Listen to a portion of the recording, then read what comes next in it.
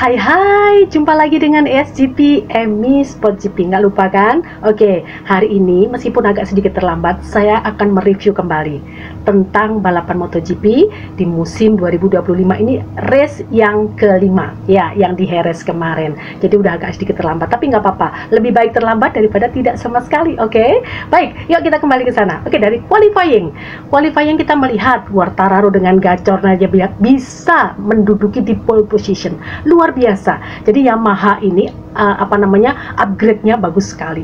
Jadi Yamaha yang dipegang oleh Fabio Quartararo dengan nomor 20 kemarin itu bisa pole position.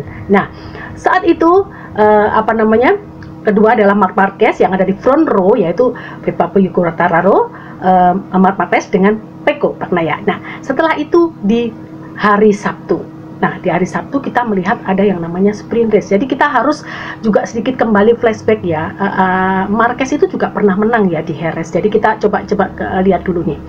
Marquez ini pernah menang di Jerez itu di tahun 2014, 2018 dan 2019. Itu Marquez pernah menang di sana.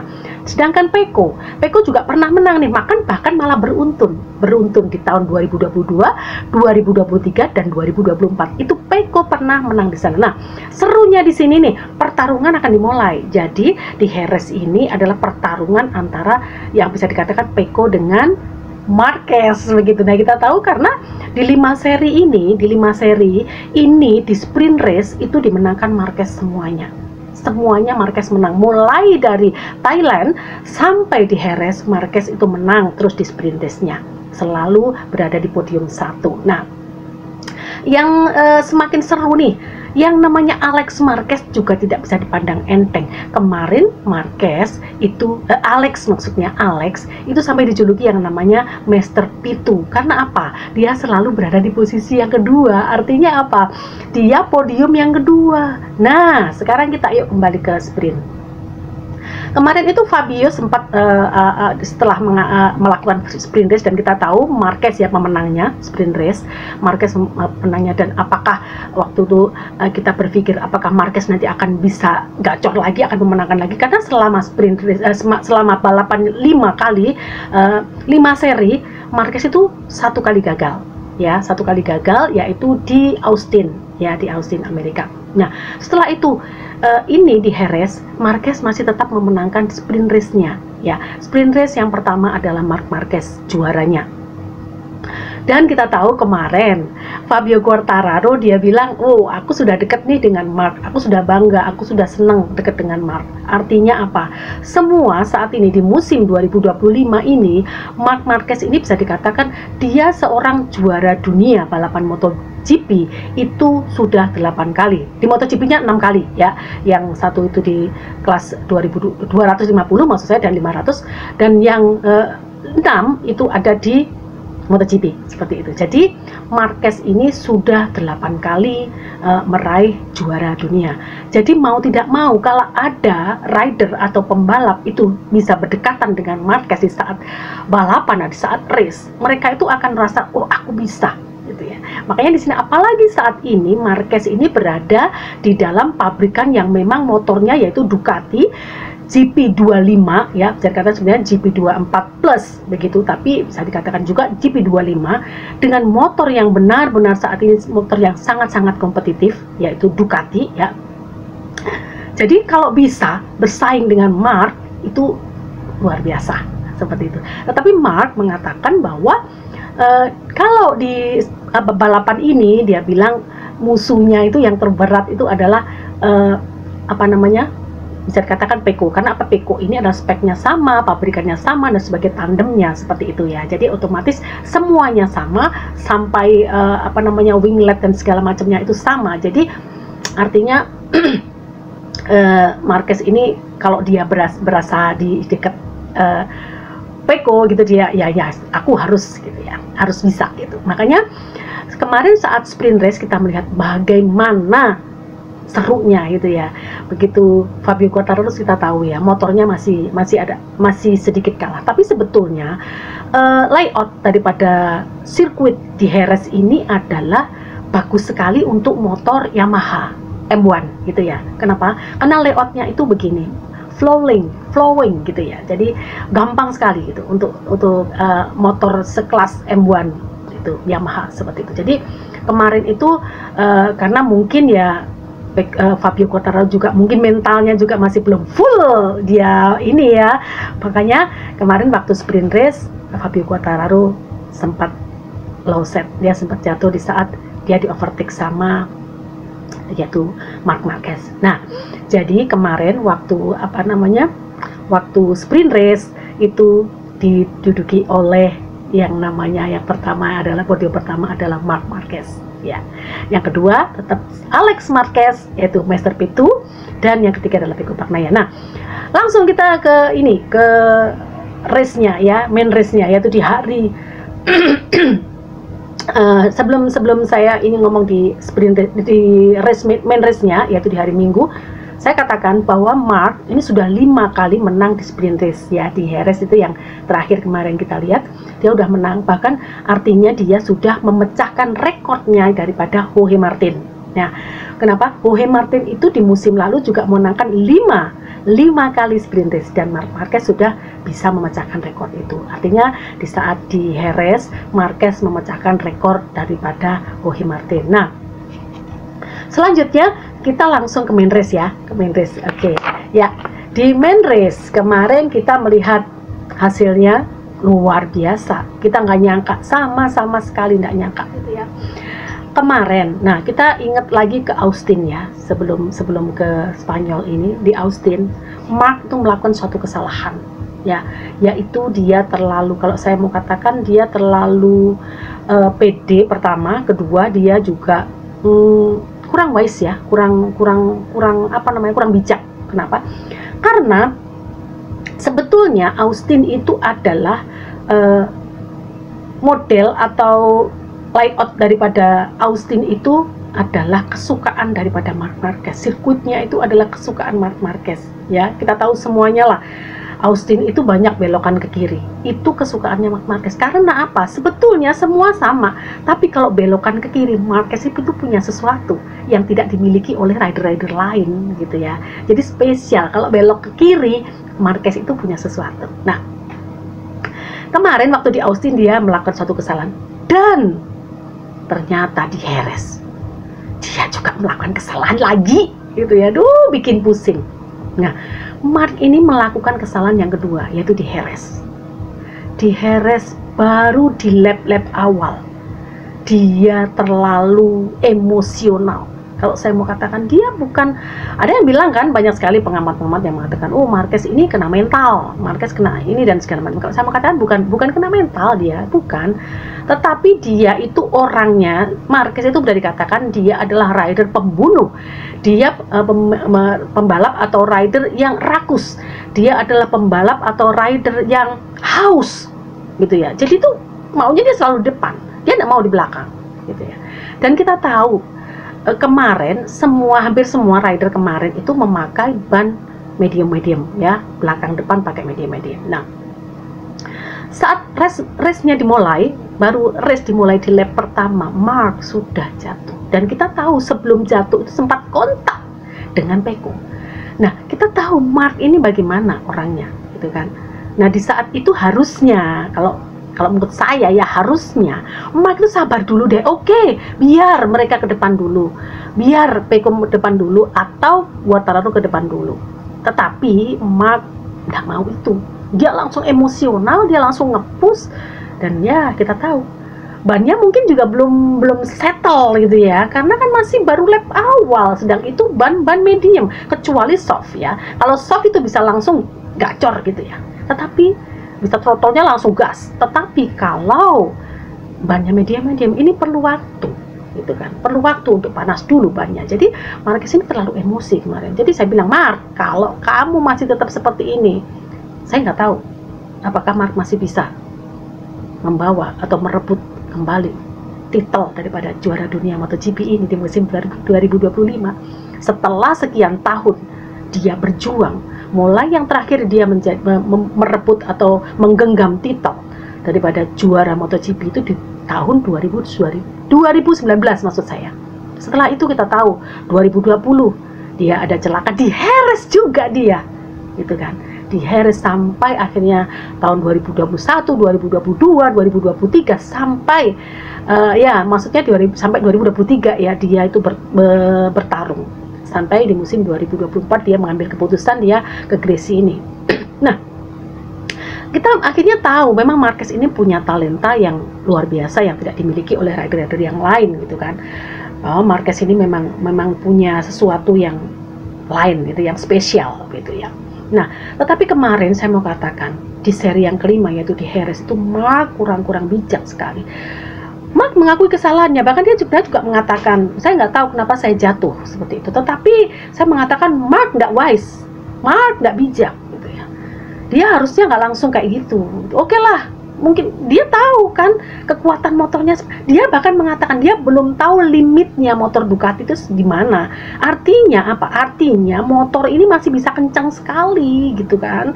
Jadi Mark masih bisa gitu kan, mengepus lagi, gaspol lagi masih bisa gitu kan. Apalagi dia pakai medium tuh bannya. Jadi harusnya dia oke lah, dia ikut di belakang dulu, dia ngikutin dulu, nggak usah langsung ngepush. Akhirnya apa yang terjadi?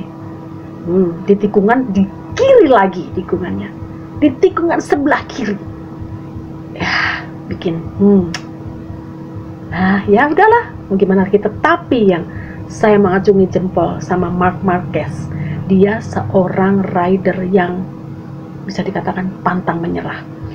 Dia crash, dia jatuh, dia tidak mengatakan apa-apa, dia tidak meninggalkan motornya, dia langsung tetap membangunkan motornya. Dan tahu kan kemarin itu dia langsung tetap ngepus lagi, padahal dia ada di belakang, sudah tertinggal dari rider-rider yang lain. Tetapi dengan posisi di belakang dia dengan motor yang sudah amburadul, kita tahu motornya amburadul itu bahaya sebetulnya. Banyak beberapa pengamat mengatakan motornya itu berbahaya, tetapi Mark masih tetap ngegas, dia tetap gacor, dia tetap mau berjuang sampai finish. Dan benar-benar luar biasa, dia bisa mengovertake beberapa rider sampai 10 kan nggak salah, sekitar 10 rider dia overtake. Dia sampai mendapatkan posisi yang ke-12. Terakhir dia overtake yaitu Alex Rins. Luar biasa tuh Marc Marquez ya, meskipun dia crash tapi dia masih memperebutkan, dia masih dapat nilai 4 kemarin, dapat poin 4, artinya begitu. Nah sekarang saya mau kembali nih ke depan. Siapa kemarin di main race yang mendapatkan maksudnya mendapatkan podium 1? Gak nyangka kan? Gak nyangka sama sekali. Yang namanya Alex Marquez, yang dia start dari posisi keempat ya di barisan kedua, bisa mendapatkan juara. Ini loh, dia bijak sekali tuh Alex. Jadi Alex tidak bisa dipandang remeh, tidak bisa dipandang enteng. Dia bisa overtake Pecco, dia bisa overtake Quartararo, dia terus nyepus. Akhirnya begitu di depan, udah plus dia, wow, sampai dia finish. Luar biasa tuh Alex. Saya wah, betul-betul angkat topi itu buat si Alex ya. Akhirnya Alex yang mendapatkan podium pertama. Dan lucunya saya juga heran tuh buat Pecco ya. Ini Pecco ini saya nggak ngerti. Pecco ini seorang juara dunia 2 kali loh ya, di musim 2022 dan 2023. Dia itu menang, dia itu juara loh. Dia bukan rider biasa-biasa. Dan dia di Ducati ini sudah bisa dikatakan dedengkotnya dia di situ. Udah lama dia di situ. Ya kan, dia udah tahu motornya seperti apa. Gitu kan. Tetapi kenapa dia kok sepertinya ambil aman aja gitu, kayaknya dia udah yang penting aku dapat poin, kayaknya seperti. Saya nggak ngeremehin loh ya, Pecco ini luar biasa loh. Pecco ini seorang rider yang bagus sekali. Kalau nggak bagus dia tidak mungkin dapat juara dunia, betul nggak? Nah, tetapi kemarin itu dia bisa kalah dari Quartararo, dia bisa kalah di Alex Marquez. Kenapa? Dia tidak mau berjuang. Itu mentalnya dia kena, saya bilang mentalnya dia, bukan mental juara kalau gitu. Namanya mental juara, apapun rintangan, apapun hajar, harusnya begitu. Tetapi ya hasilnya kita tahu kemarin kan, bagaimana Pecco kalah dari Alex Marquez yang notabene dia adalah satelit tuh dari Gracie ini. Wow. Dan motor yang masih jauh dari Ducati, yaitu Yamaha Fabio Quartararo. Tapi memang Fabio Quartararo itu rider yang luar biasa, dia jago, dia bagus. Tetapi dengan motor yang begitu, yang masih masih jauh dari Ducati, tapi dia bisa mengalahkan Pecco ini nih. Saya nggak tahu tuh Pecco. Kalau Pecco tidak ngepush, nggak tahu apa yang akan terjadi. Jadi kita harus wise juga ya. Tetapi saya begini, kemarin tuh ada rame sih Mark setelah ya kita agak sedikit ke isu ya. Setelah Mark jatuh kemarin itu ada isu-isu bahwa ininya fansnya Rossi, termasuk Rossinya senang sampai Mark mengatakan sesuatu.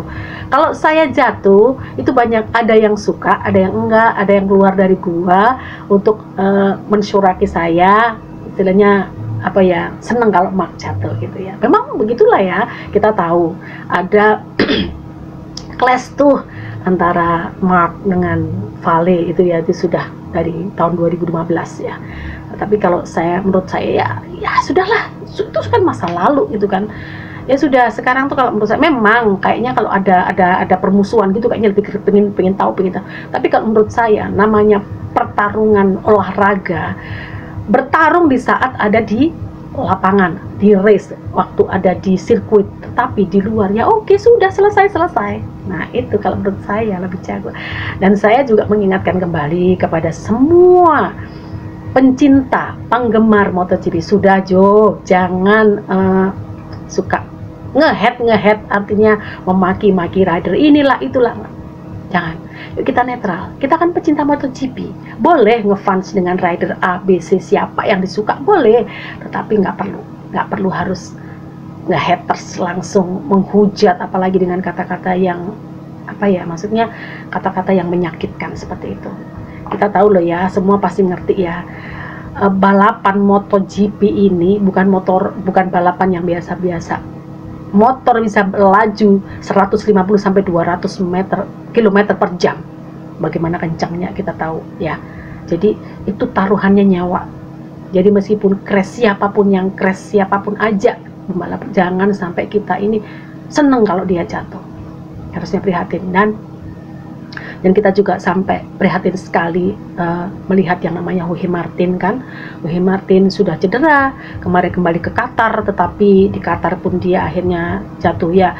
Itu kemarin sebetulnya menurut saya Jorge Martin itu badannya belum fit betul dia itu sebetulnya, tetapi dia memaksakan untuk bisa race, jadi akhirnya dia crash lagi. Dan kita tahu Martin ya, sampai rusuknya itu yang kemarin tuh diklaim ada 11 rusuknya di depan dan belakang yang patah, sampai paru-parunya penuh dengan oksigen ya, penuh dengan angin gitu ya. Jadi makanya dia sampai dirawat beberapa hari di Qatar gitu ya. Terus akhirnya bisa kembali pulang ke Spanyol dan sedang pemulihan. Nah tahu kapan ini, kayaknya sudah mulai fit lagi, nggak tahu kapan dia akan kembali ke race lagi, ke balapan lagi. Kita doakan aja supaya Martin bisa kembali gitu ya, secepatnya, pasti akan seru gitu ya. Nah Sobat GP semua kiranya ngerti gitu ya, begitu melihat, begitu menonton itu tidak usah tidak usah mengehead atau membenci atau mengata-ngatai dengan kata-kata yang tidak pantas gitu ya. Nah saya mau kembali ke Pecco tuh. Pecco itu kemarin sempat setelah race itu yang komplain gitu ya, ban depan dia tuh sering terkunci, dia bilang gitu ya. Nah yang kalau dia di sprint race itu dia komplainnya begini, tangki daripada bahan bakar dia bilang terlalu kecil. Nah kenapa dipakai yang kecil? Soalnya begini, saat sprint race itu kan putarannya atau lapnya itu kan cuma separuh gitu kan. Kalau ada 24 berarti kan cuma 12. Jadi mau tidak mau tangkinya harus kecil. Kenapa enggak besar aja tapi isinya sedikit? Nggak bisa. Nanti itu air atau bahan bakar tuh berkocak-kocak gitu, akan mengganggu gitu.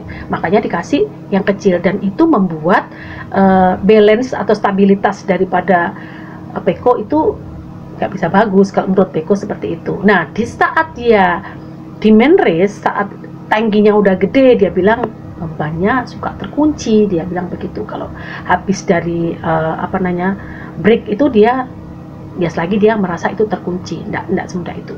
Nah, itu komplainnya daripada Peko Bagnaya ya. Nah, kalau Marquez kita lah tahu kemarin sudah firingnya yang amburadul masih bisa overtake beberapa rider, dan sekarang ini yang menduduki klasemen sementara yang nomor 1 adalah Alex Marquez dengan berapa poin? 140 poin, disusul oleh kakaknya sendiri yaitu Marc Marquez dengan 139 poin, dan yang ketiga adalah Peko Bagnaya dengan 120 poin. Jadi klasemen sementara seperti itu. Untuk ini di minggu depan ya, di tanggal 20 ini 20 Mei ya, bukan 11 ya, tanggal 11 kita akan menyaksikan kembali.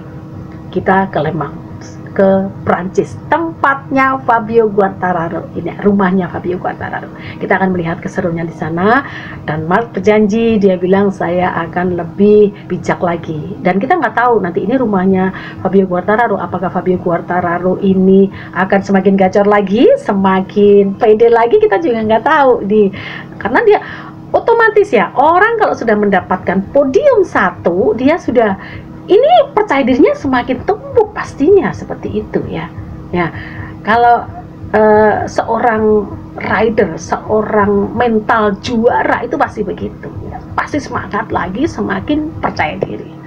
Jadi kita lihat nanti bagaimana di Le Mans, dan ya kita nggak, isu-isunya sekarang ini ribut banget nih, isu-isu apalagi pergantian atau pergeseran bursa daripada rider MotoGP ini sekarang udah mulai, karena di musim 2025 ini sudah banyak rider yang kontraknya habis gitu ya.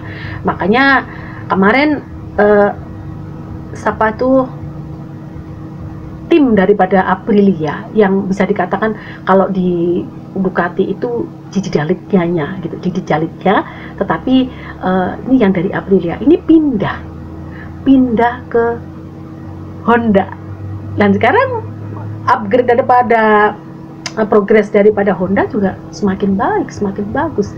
Nggak tahu ini semakin seru kayaknya ya, dan bursa-bursa daripada rider juga nggak tahu ini mau pada kemana. Dan ada isu lagi yang lebih brutal nih, lebih brutal gitu ya. Isu-isunya tapi nggak tahu ini bener enggaknya, ini masih isu aja, bahwa kalau Peko masih tetap melempem seperti ini, tidak menutup kemungkinan bahwa Alex Marquez akan ditarik ke pabrikan Ducati Lenovo seragam merah bersama kakaknya, bersama abangnya tuh Marc Marquez, ditandemkan lagi, dan Peko akan didepak. Itu isu ya, kita nggak tahu kebenaran, kita lihat aja nanti. Oke, itu dulu yang kita sampaikan sementara ini. Nanti kita tunggu race berikutnya, yaitu di Le Mans minggu depan. Sekarang sudah hari Rabu, kita tunggu ya. Oke, terima kasih, sampai ketemu lagi. Ciao, bye.